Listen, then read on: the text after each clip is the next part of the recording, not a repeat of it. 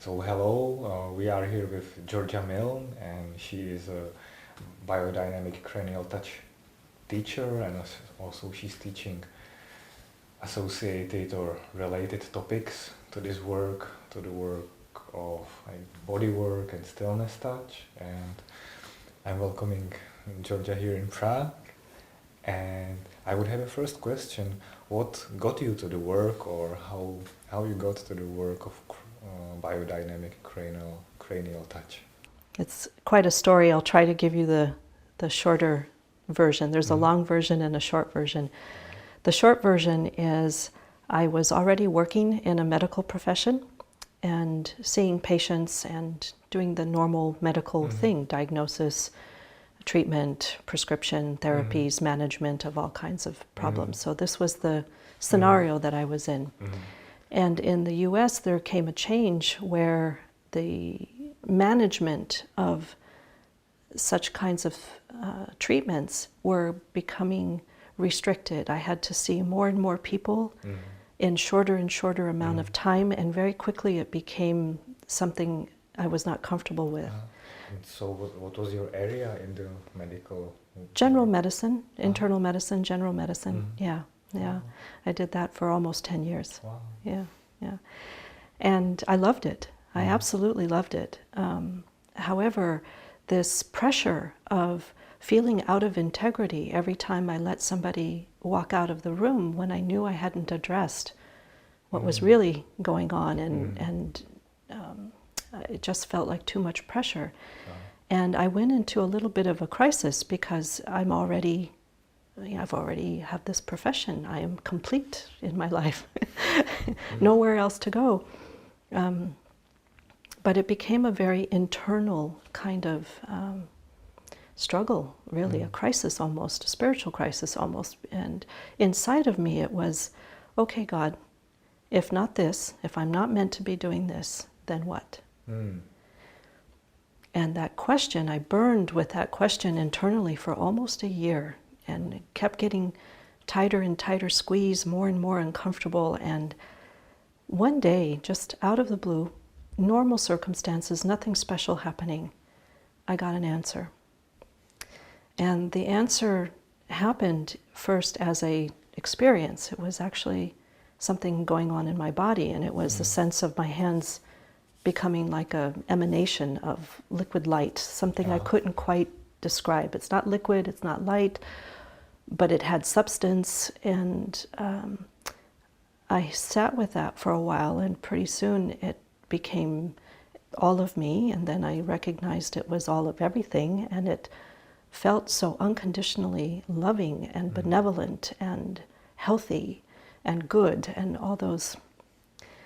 And at that point, I had inside myself the inquiry, okay, so I understand, I think I'm being guided to put the stethoscope down, you know, that the doctor put the stethoscope down, and I need to touch. I need to touch directly with my hands. That was very clear, just the direct feeling. But then the question of, okay, but what modality? I couldn't imagine myself going to massage school after working in medicine, but I thought, okay, what modality? And then I heard a voice, not my own. It was as if every atom of every molecule of everything was speaking. And it literally said these words. It said, "You will find the answer to your life's dream through craniosacral work." I didn't talk about that to anyone for some time because I thought, you know, in medicine, you're crazy if you have these experiences, if you hear voices.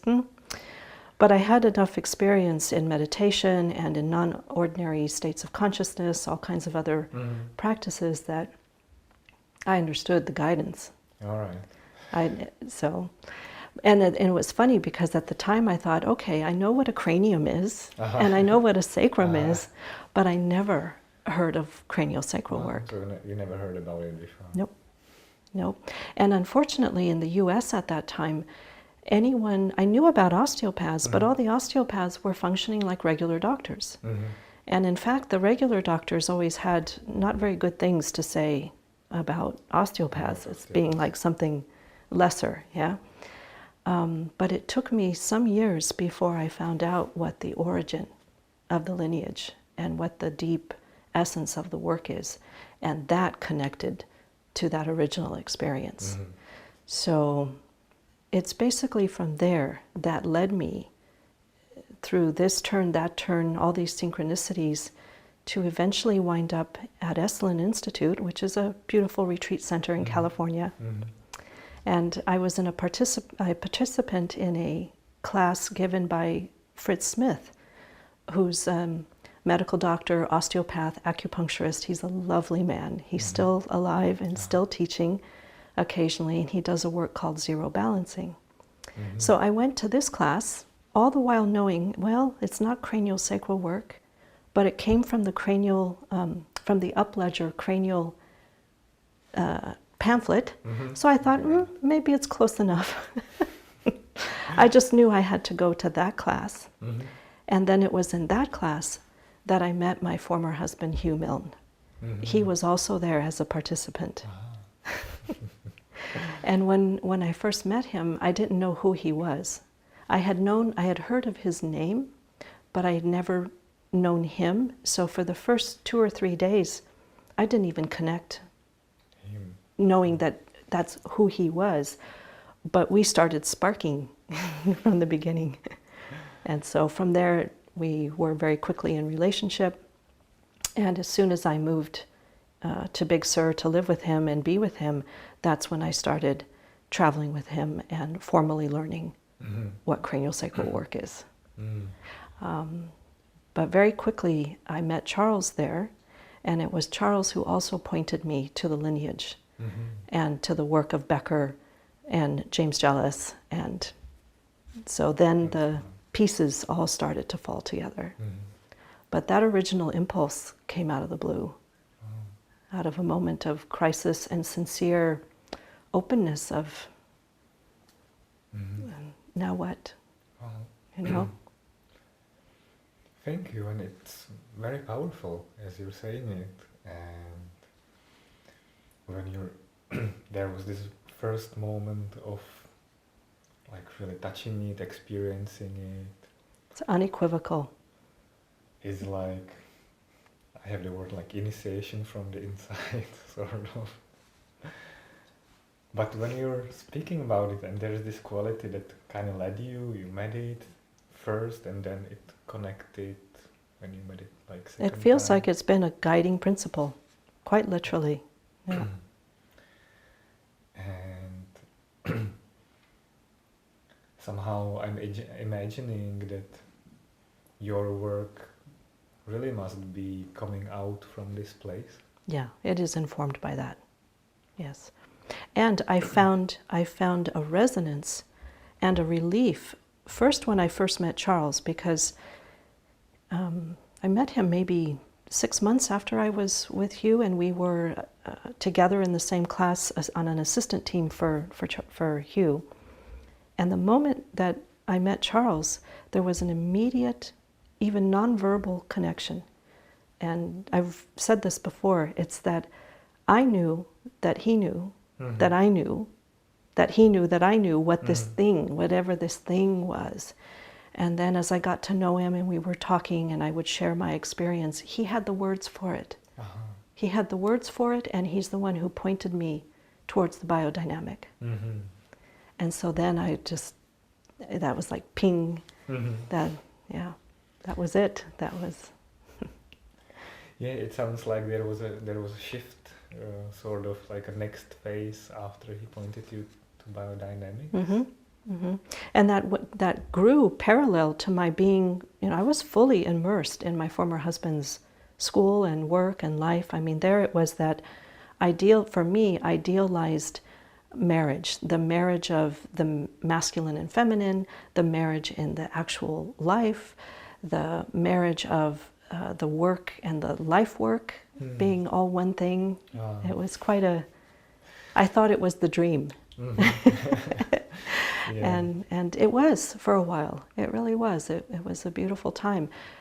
And as beautiful as many aspects of Hugh's work is, was for me at that time and is, it still wasn't the it. The it. It wasn't the it.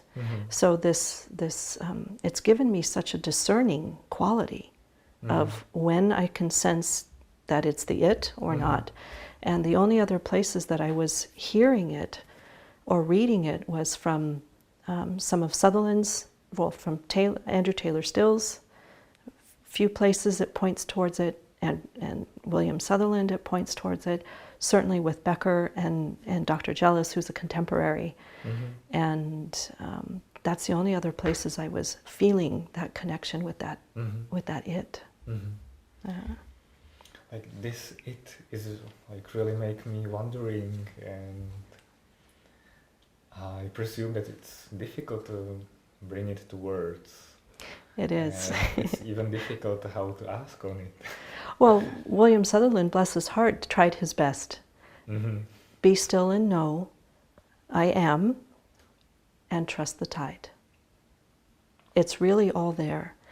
And I used to live near to Pacific Grove, and I'd go hang out by the graves. And his says the be still and know, but his wife Ada, who was with him for the whole journey, hers says I am. So the be still and know I am points to the it. And the trust the tide points to the it. At least for me. At least for me, it was very clear that that's what was the message trying to get across. And when you're saying these phrases, I know that the word phrase doesn't fit because it's a pointer and it's very deep. But we hear it all the time in the cranial field, don't we? Right, but I think people they understand it maybe conceptually, maybe, but I don't know how many people fully understand it in a bodily sense and really do get what it's about. And when you're saying fully understanding it in a bodily sense, I don't know if to take some other metaphor to help us or to help you. Can you maybe develop it a little bit more? Because, Well, what comes to mind, and I don't know if this will answer the question, but what comes to mind is to honor not only the lineage, the osteopathic lineage, but to also honor many other traditions and paths that speak to it in their own way. So I think it's an essential thing, and it's essential to all human beings. It's not something separate from us. And maybe people from this culture will have a certain way of naming it, and people from another culture will name it a different way. And different religions will hold it in different ways. I was raised in an Italian Catholic family, so I have the Catholicism and that Christianity as my background, which of course I pushed away in my 20s and 30s, and I don't want anything to do with that. But later in life, I came to understand the deep essence behind the teachings that have anything to do with religion. And it's also, when you study indigenous people, it's right there. It's the wholeness. The wholeness. The wholeness is the health. And that's where I find the it. That's where it all fits together for me. And personally, I'm also very okay allowing it to be a mystery. I'm very okay letting it be, I don't know all of it. I don't understand all of it. And I not only trust it, I have absolute faith in it. Wow. It's very interesting for me that I see there's a curiosity in me which would like to hear more about it, like hear with my ears. But I sense, let's say, the space and... That's what's the most important. Keep feeling what you're feeling. Even if that doesn't get picked up on the camera, it doesn't matter.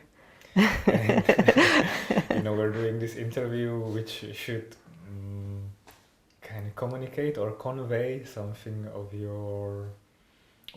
what you're bringing and how you're bringing it. And well, here I want to honor Charles because, again, he was the first person I encountered who did have the words, who we seemed to be viewing from the same perspective, from the same viewpoint. An immediate understanding. We almost, when we began talking, it would be so fast because we just got it. We knew exactly what each other was talking about. And he's brilliant with his languaging and how he has put that forward. And now some of his newer writing is actually pointing towards the different spiritual traditions and how it might connect. And so I bow to him, and if you want to find more of that, you please read him and be with him, and he speaks very eloquently about that. And for me, the intellectual or verbal expression of it isn't the main gift that I have. The main gift is what you're experiencing right now, which is perhaps a more feminine principle of just the embodiment, the being of it. And this is much of what's behind my teaching, no matter what it is, whatever it's called. It's important for me that people inhabit themselves fully and be available to this guidance. And you feel it directly. It becomes really quite clear and specific. Yeah, you're mentioning Charles Ridley, and yeah, he's a teacher as well. And I was wondering, could you say a little bit about the way you teach, or about some key points? Somehow it's present here. It is, and I so love how your mind keeps trying to go to naming it, and this is what happens in class and in the early part of the work.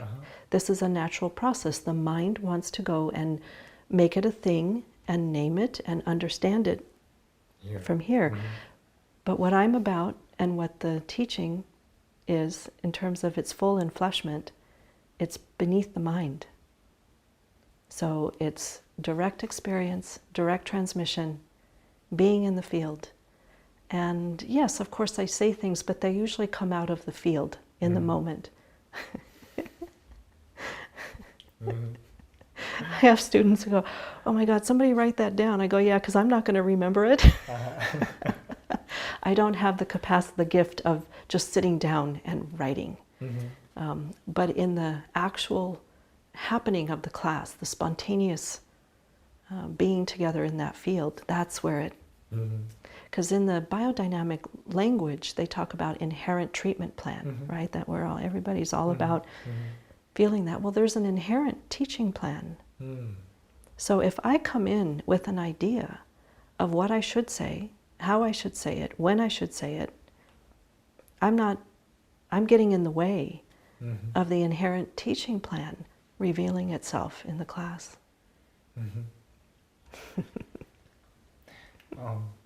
And what was very powerful for me when you used the word inhabit. Yeah. Is there any kind of helpful cue or... Yeah. I'm Italian, I'll use my hand gestures. So, but truly one of the things that I do say in the beginning of an initiatory class or stillness touch class is I'll describe how our normal, ordinary awareness is functioning.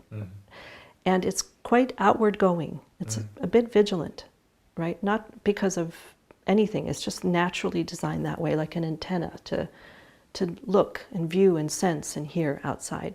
So it's almost like, an old-fashioned submarine, and when it comes to the surface, they send a little periscope up to have a look around. Okay, so that's how our normal, ordinary consciousness and awareness is functioning. In order to inhabit us, we say we need to turn this inward and drop it downward, right? Charles always speaks about being inwardly oriented, okay? So that we now become aware of our direct feeling tones in our body, in the atmosphere. It's the qualities and the characteristics, but not naming. See, there's a difference between thinking and awareness. So we're dropping out of thinking, or thinking can happen on its own, but we just don't get on that bus. We're really coming down to the pure, direct, human creature capacity to sense and perceive. For me, this inhabiting and being in touch with the feeling tones, and I'm a practitioner as well, it brings me then to an idea of, or image of kind of behaving or acting from. Yes, that's the key thing, is we need time to learn how to do that, to really be present. And then once we're really present, inhabiting our bodies, to then be open and free with our awareness, not letting our awareness be fixated on any one thing. And from there, that's where we become automatic, suspended, shifting fulcrums of being. Right? Wow. It will guide our action. We are directly informed, and we will feel impulses and respond in natural ways. It's actually quite simple and quite natural, but we tend to make it more complicated. And doing it, actually living it, does take a bit of practice, a bit of acclimating, because too many times people think, oh yes, remember the periscope? Oh yes, I'm present. All they've done is taken the awareness that's still up here and look down at their bodies and think, oh yes, I'm present. It's very different. There's a presence to stillness. There's an embodied, palpable, felt sense of being present. And sometimes it takes people a while to really get to know themselves and know what that feels like, and then understand when they're not there and when they're there. It's the key thing. It cannot be bypassed. You cannot do this work that we call stillness touch, biodynamic cranial touch. From our disposition, from our perspective, you cannot do this work if you're not present, really abiding. And then the second part, the marriage, there's like a masculine-feminine marriage there, the presence with the open awareness. See, if we even look back to William Sutherland's story of his insight, I don't know if you know the story, but when he noticed the Beauchene skull, when he was at school, and he heard in his inner ear, he heard the voice, a voice that spoke, beveled like the gills of a fish to permit a respiratory articular-like motion. So many of us have heard that in the history. What we fail to recognize is what came before that. Just before that, he notices that his awareness or his attention was directed. He says that, my attention was directed. That's so key. The disposition that he was in to notice that his attention was drawn. He didn't take his attention, it was drawn. So this is what I'm talking about, is learning how to inhabit and abide in that disposition. For me, this is a really beautiful point of differentiation. Really bringing it out that that his attention was drawn. Yes. And I understand it really in the way of this non-activity. Yes. Being in neutral. Being neutral. Right. So maybe, can you also say, like, work it out a little bit more, or say maybe a few more things about this moment that his attention was drawn? Well, of course I can't speak for him. But I'm aware of how I have. It really says something about the work. It does. And again, for me, it's this marriage of, we can go to differentiating presence and awareness. I understand that philosophically and otherwise. But again, backing it up. When the two are one, it's a combined process that we call neutral. So in the neutral, if you think about a car, when it's in neutral, the engine is on, right? So it's being inhabited. The engine is on, but it's neither engaged in going forward or backwards. So if you think about how you have to either tow or push a car, if it's not in neutral, you can't make it move, right? So that neutrality, that being in the neutral, allows us to be moved, have our attention moved, have our impulses of our protoplasmic body moved. So I understand it as sort of openness. Yes. Yes. And Not availability. passivity. Not passivity. This is a big misconception. When people often first hear the concept of neutral, they may start to understand how to not be efferent, right? But then they end up being too pulled back and too afferent or hyper-feminine, as Charles would put it, and this is too passive. That's also out of balance. So over-masculine, over-feminine, overactive, under-responsive. Neither of those are the neutral. The neutral is just ready and open for its awareness, for its attention to be directed, and the tissues will follow. Okay, I'm sort of thinking about maybe a last question Sure. or a way how to maybe wrap it up. And we really touched on important aspects of the work. And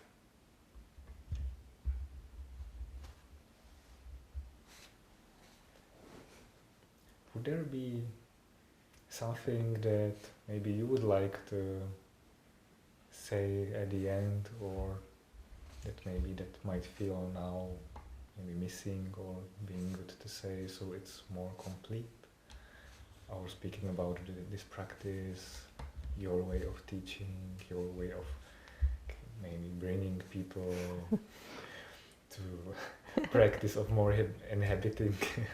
Well, this practice, I think the main thing I would want to get across is that even though whether it's BCT or stillness touch, that it's often being taught as a table practice of some form or another, that yes, we do that in the classes, of course.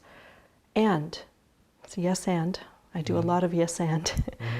And it's really about embodying it, becoming it, living it in your life, taking it off the cushion, like we say in meditation, taking it away from just the table and the practice to where this becomes a way of being and a way of living and a way of relating.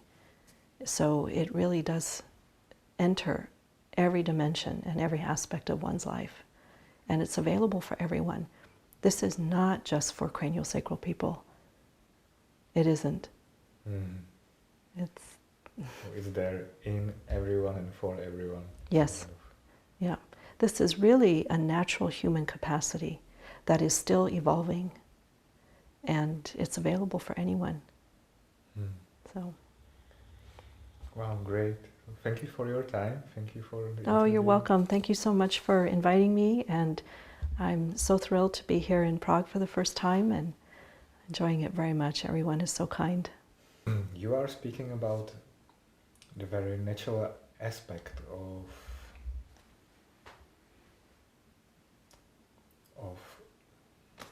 znova. Ještě jednou?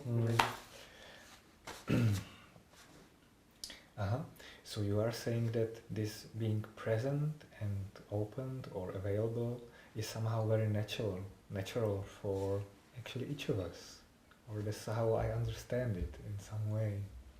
Yes, it's a way of returning to a natural state, an unconditioned kind of state.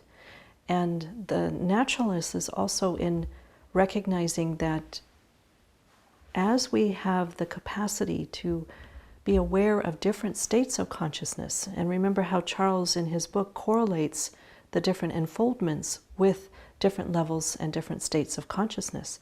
Well, the next part of that is the effect that it has on us, right? The enfleshed or embodied effect.